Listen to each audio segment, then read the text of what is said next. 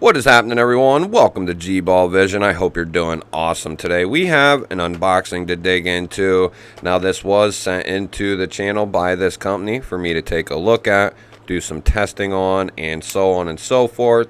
We'll go ahead and dig into this guy using the GBALL Vision FG, which I love this knife. If you've been watching, you know I love this knife. I have plenty of videos out with this knife in them already. Before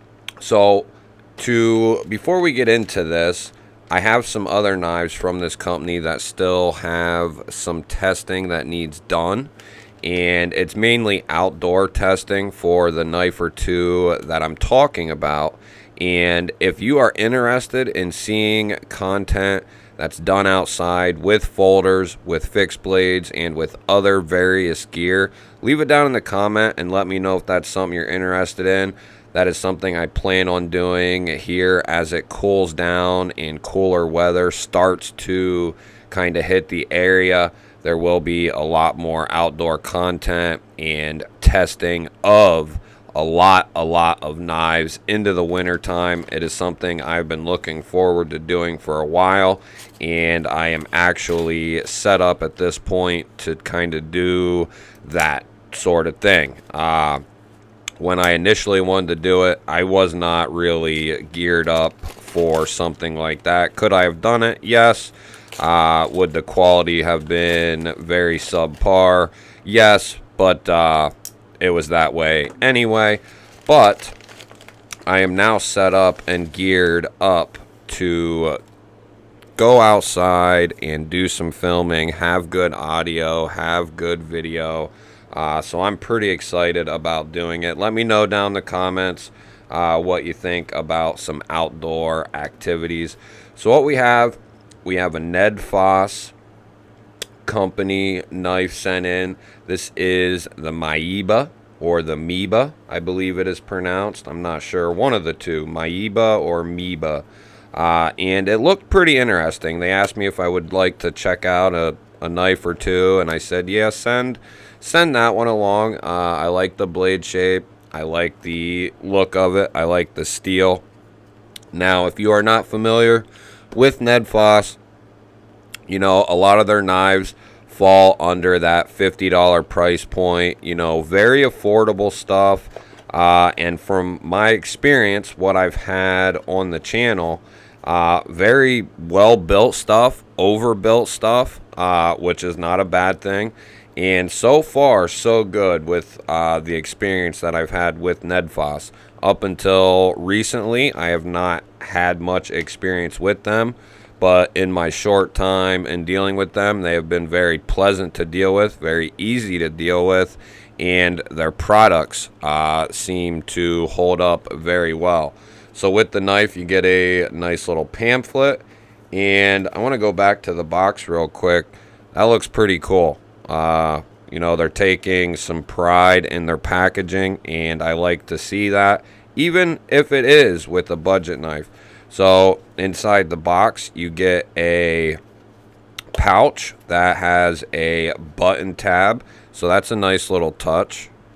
If this is something that you were, you know, interested in taking out on a hike or camping, you have this pouch with a belt loop that you can kind of throw on your belt if you wanted to. And if not, there is a pocket clip, I believe. Yes, there is a pocket clip, so you don't have to use the pouch. So this is the Nedfoss Mieba. Comes in a little cellophane baggie. So what we have is a thumb stud and flipper tab cleaver style blade. Now this hole, I guess, it's kind of routine with some of these style of knives. It is so you can hang it off of some sort of apparatus or another. The steel, the other thing, I liked the blade shape and I liked the steel choice, which they went with D2. I give that a thumbs up. And coming in at $30, Now it retails for $36, but I think routinely you can get these for under that. And for a good build in D2 for under 35, under $30, I think that is, that's a good place to start for a lot of people. Now this is not assisted, which is a good thing in my book. There's a place for assisted knives though, for sure. The thumb studs seem to work very well. It has a pretty stout detent actually. And the flipper tab works very well. Yeah, the action on this thing is very good. Now, they do have, this is going to be steel construction, solid steel construction. You do have a backspacer back here with an integrated lanyard hole. You do have some inlays, and they feel like they could be G10 or even some sort of micarta, but I think it's G10 actually. And then they have this skull and double pew emblem here on each side. Looks pretty clean. The inlays are actually kind of standing proud, and I think that is done on purpose to kind of give some extra thickness there. I don't have an issue with that. Now the pocket clip is going to be right hand carry only, and it looks like it's going to be only tip down in this case. Now when you're in this range of budget, it's very hard to meet a lot of expectations. And it's hard to complain about some of the features of the knife if it's in that given price point. Would I like to see tip down options? Yes, I really would. Because I think with a solid build and good materials and then a few little tweaks that make the knife more comfortable to carry, more comfortable to use, I find that being an ultimate game changer in my opinion. The blade is nice and centered. That thing is, I think that thing is almost dead center. If it is off, it is off to the show side just ever so slightly, but I think that's dead centered. And this thing has a stout detent. You can wind up on this thing. So that is, and I don't feel any grit. Lockup is good. And I'm wrenching on this thing. Nice, okay.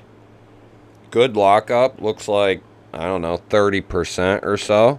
Which that is right where I kind of like it. In between like 25 and 40%, 35%, somewhere in there. Let's go to ergos. Feels comfortable in hand. And that's the thing with, that's kind of the trade-off.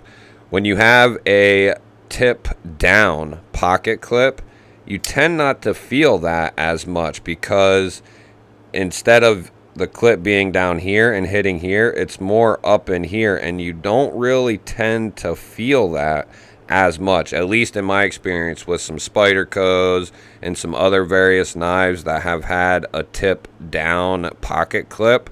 The ergos, it just feels a little bit better. So there is that trade-off where the ergos are going to be a little bit better, but you're going to have to be satisfied with a tip down style of carry. Now, typically, budget knives like these are a tad bit heavier because of the full steel liners, and they're just full steel frame. Nice, thick steel, which that aids in it being, very strong. So I don't really have much of an issue with them being a touch heavier. Hopefully this works for me here. Okay. So about 6.5. It is a little heavier of a knife, but it's not a small knife either. And some people prefer a little bit of added weight instead of something being, 2 ounces. So you're getting 3¼ of cutting edge, almost 3½ of total blade, and then down here to the very corner of your lanyard post, you're at 8 inches. So it's not a small knife by any means. So you're getting an 8-inch knife, 3½ inches of blade, and right around 6½ ounces. So really, it's comfortable to wield. They do have a little bit of jimping here. I would have liked to have seen some extended jimping, but it's hard to complain, and you have a nice place to put your thumb here in this little poon spoon area, as we call them. I like this straight edge, still maintains a little bit of a tip there, so that way you can really get into some materials. And for the index grip, even with the flipper tab, I can still get a comfortable index grip on this thing, which is my preferred method to do a lot of cuts. Very easy to control and be precise when you are in an index style of grip. That's just my preferred method. It is very easy to disengage that liner, and look at that chamfer on that liner. Great job, Nedfoss. Great job on the chamfer on the liner. Good access to the liner. That is how it's done right there. Nice chamfer on the liner. Great lockup. Blade came centered. D2 on the steel. Good price point. Am I a fan of the emblem or the logoing here on the inlay? No, not really. Not a huge fan of the Nedfoss being on the blade. I'd prefer just to see their emblem here closer, by the thumb stud or somewhere in that ballpark. But like I keep saying, for $30, if you can get a good quality build and good materials, it's really hard to complain, because this is going to be a user, a beater. It's going to be that style of knife for the multitude of people who buy these. They're not going to buy these to be collecting them, in a sense. This is going to be bought in to get used and abused, and I think that's why they tend to be, nicely overbuilt. I actually really like this thing. Why don't we go ahead and test that edge out? I don't feel anything. I got yelled at by somebody for doing this kind of motion. And if you're wondering, I do that so I can feel if there's anything on that edge. The dude acted like I didn't know how to slice paper. I do know how to slice paper. Sometimes either the fan's going, the edge is actually dull, or I am actually trying to feel, if there is any chipping or anything in that blade, and it's easy to do that with this kind of motion. You can really feel that. Now, that's not to be said that you can't feel it with a slicing motion either. But that is why I do that. I do know how to slice paper. I wanted to make dude aware of that. I do know how to slice paper. I've handled a knife once or twice, and I've used them once or twice. But the edge seems pretty good on this thing. If I can get a good hold on this here.